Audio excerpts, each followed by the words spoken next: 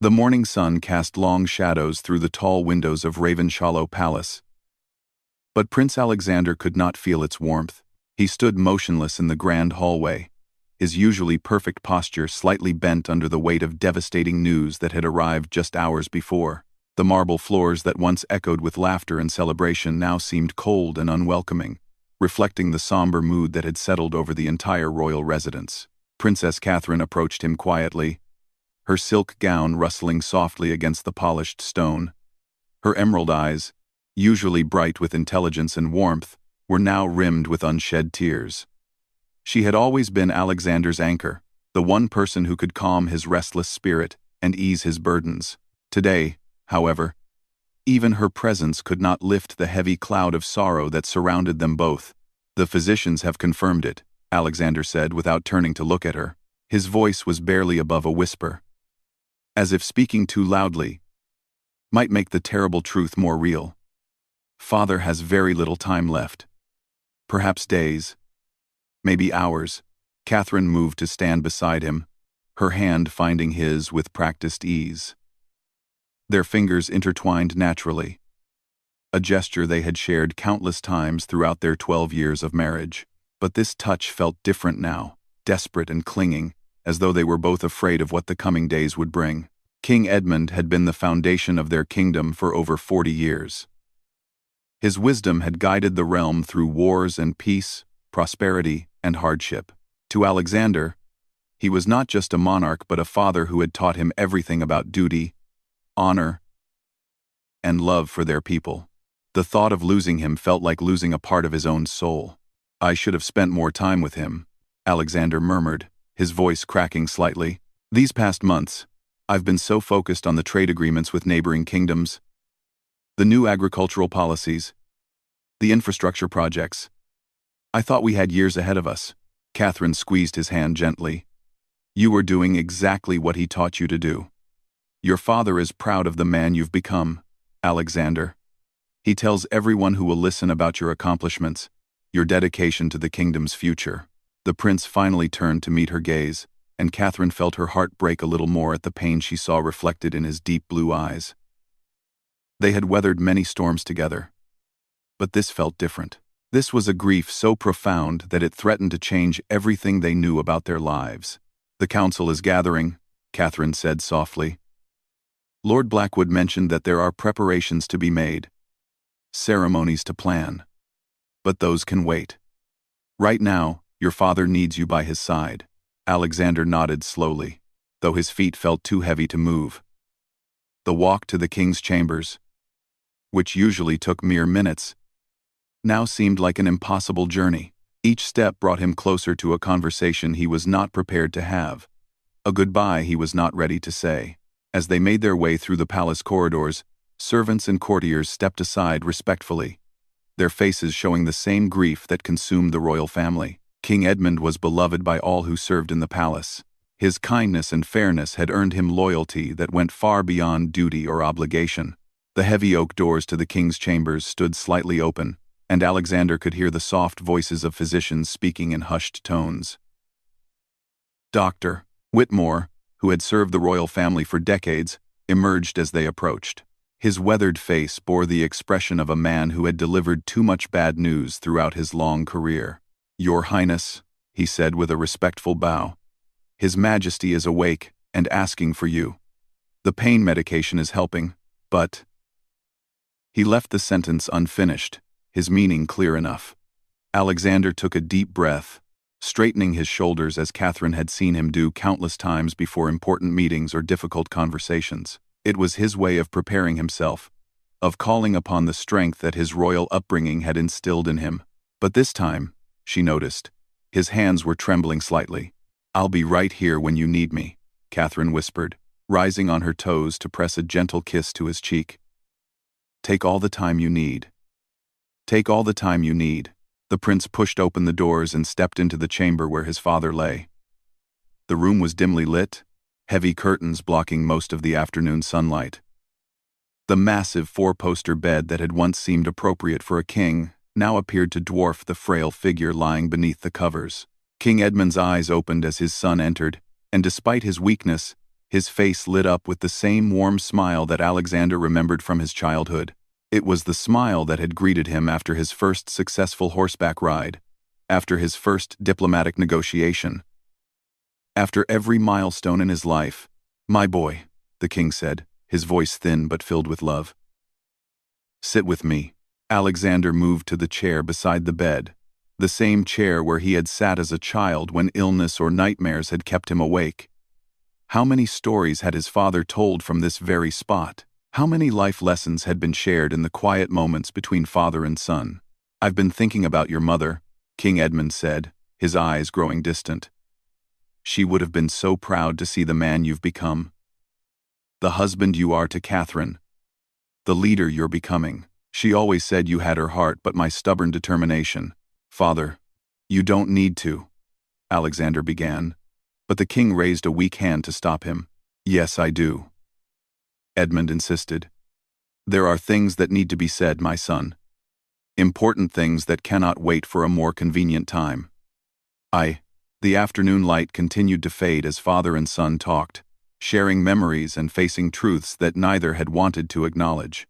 In the hallway outside, Catherine waited with the patience that had become second nature to her, knowing that this conversation would change everything for the man she loved and preparing herself for the challenges that lay ahead for both of them. Hours passed like whispered prayers in the king's chamber. Alexander sat beside his father's bed, their conversation flowing between comfortable silences and profound revelations.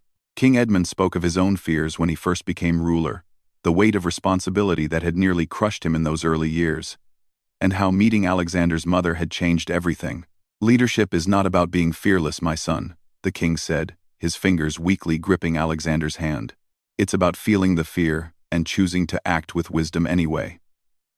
Your mother taught me that courage comes not from the absence of doubt, but from love that is stronger than any uncertainty." Alexander listened intently, storing away each word like precious gems. These were the final lessons from a man who had shaped not only his son, but an entire kingdom. The prince realized that this conversation was both an ending and a beginning, a passage of wisdom from one generation to the next. As evening approached, Catherine appeared in the doorway with a tray of tea and light food. She moved with quiet grace, understanding instinctively that she was witnessing something sacred between father and son.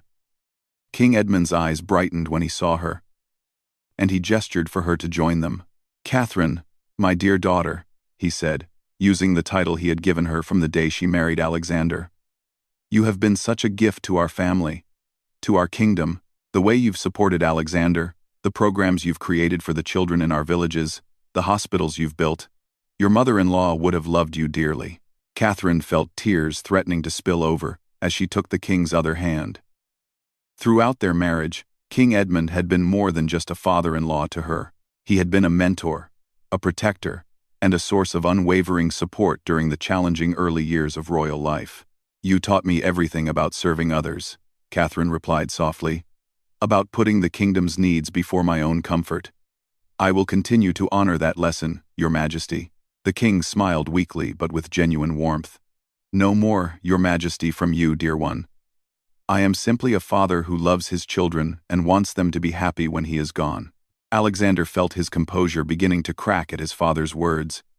The reality of the situation was becoming impossible to ignore.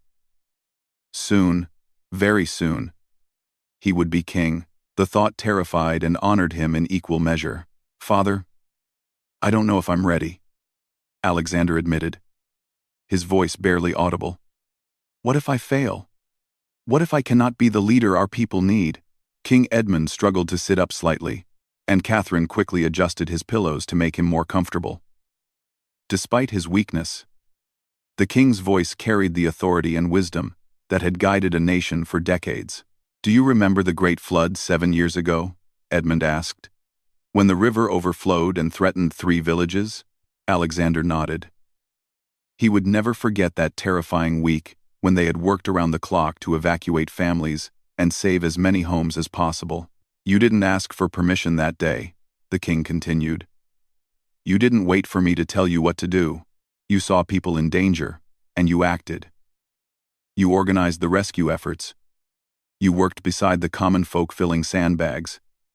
You made difficult decisions about resource allocation. That day, I knew with certainty that you were ready to be king. Catherine squeezed Alexander's hand as she watched the exchange. She remembered that flood vividly. How Alexander had come home each night, exhausted and covered in mud, but determined to return the next morning to help more people. It was one of the many moments when she had fallen in love with him all over again. But most importantly, King Edmund added, turning to look at both of them, you have each other. A king without a strong queen beside him is only half a ruler. Catherine, you have already shown such wisdom, such compassion. Together, you will be exactly what our kingdom needs. The three sat together as darkness settled over the palace. Servants moved quietly through the corridors, understanding that this was a time for family privacy. Dr. Whitmore checked on the king periodically, but kept his visits brief and respectful. As the night deepened, King Edmund's breathing became more labored.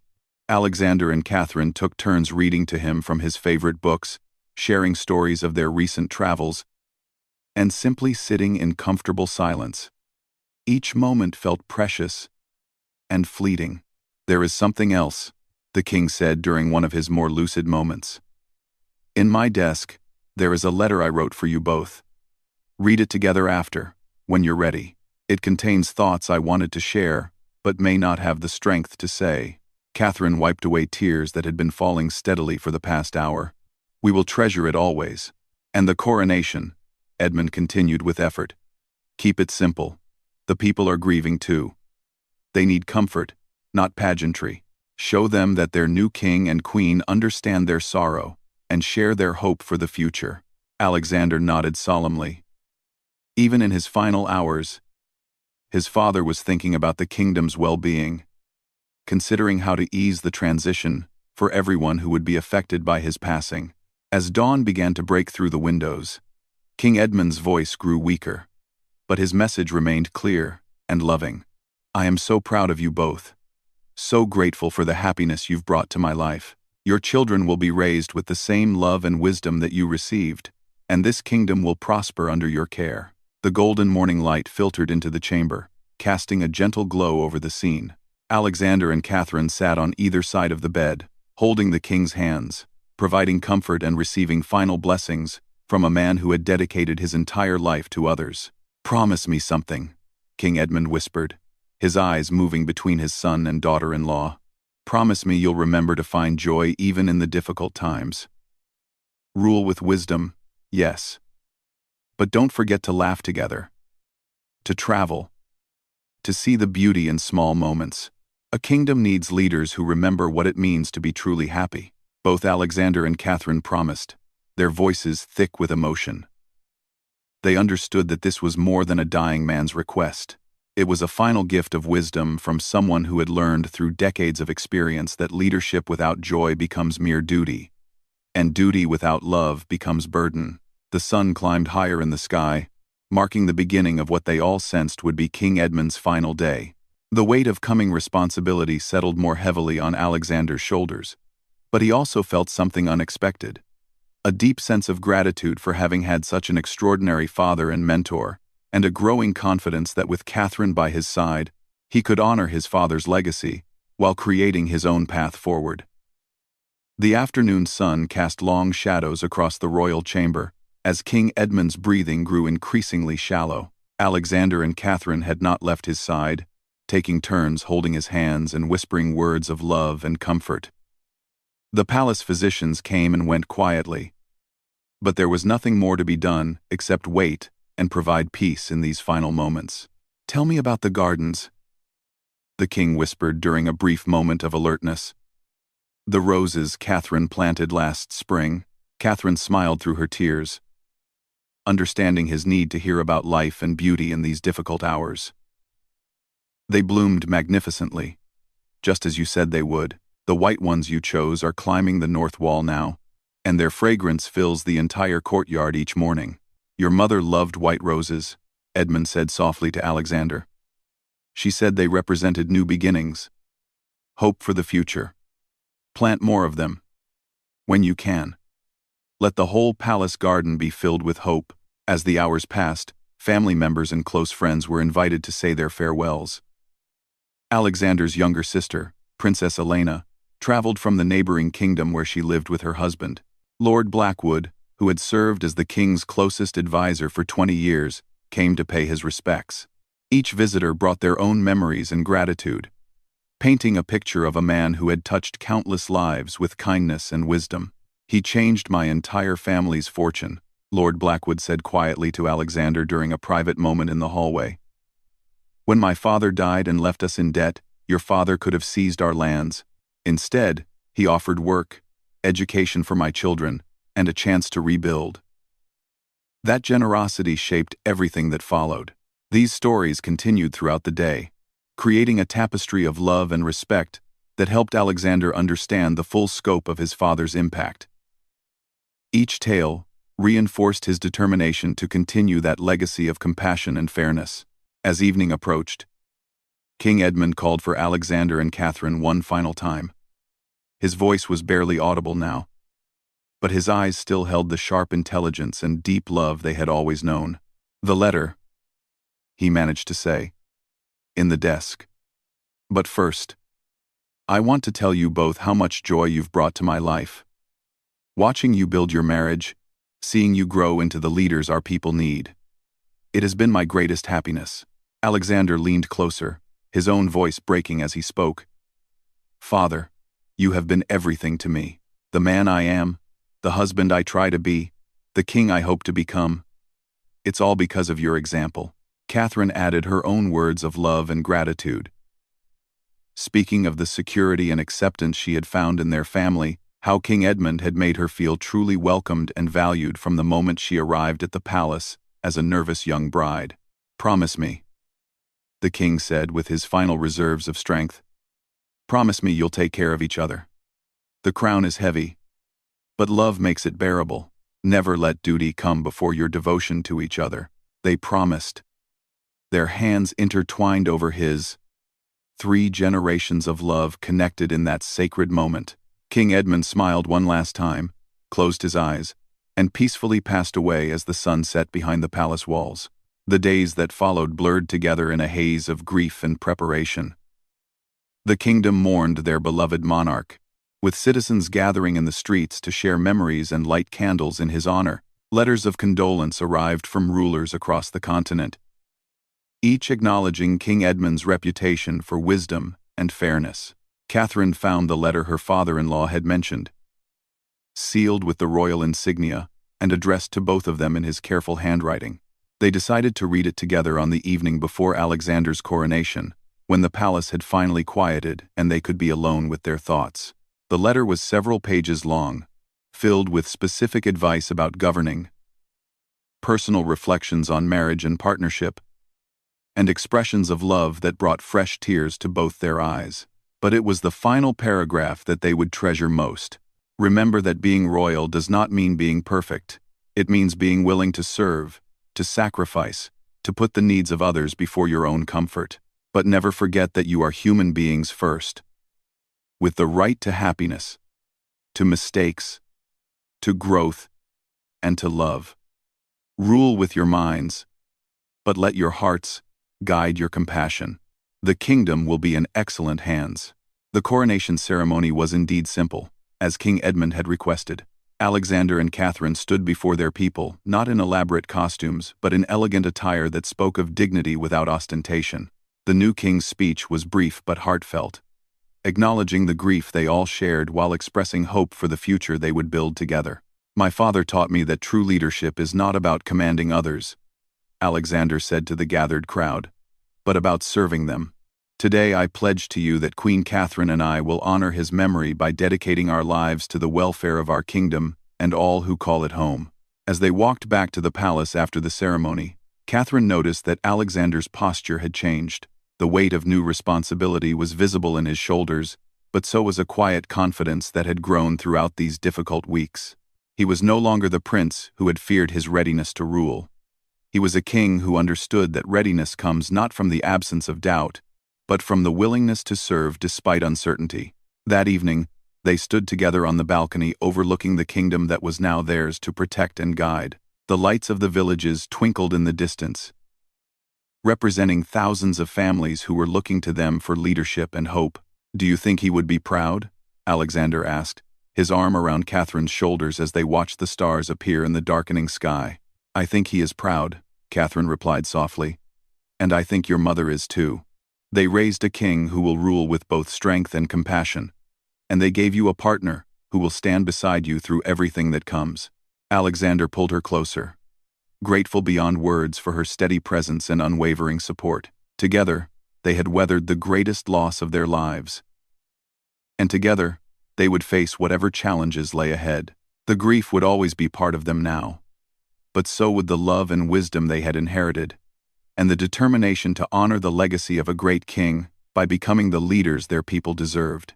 In the distance, a nightingale began to sing, its clear voice carrying across the palace gardens where white roses bloomed in the moonlight, eternal symbols of hope and new beginnings.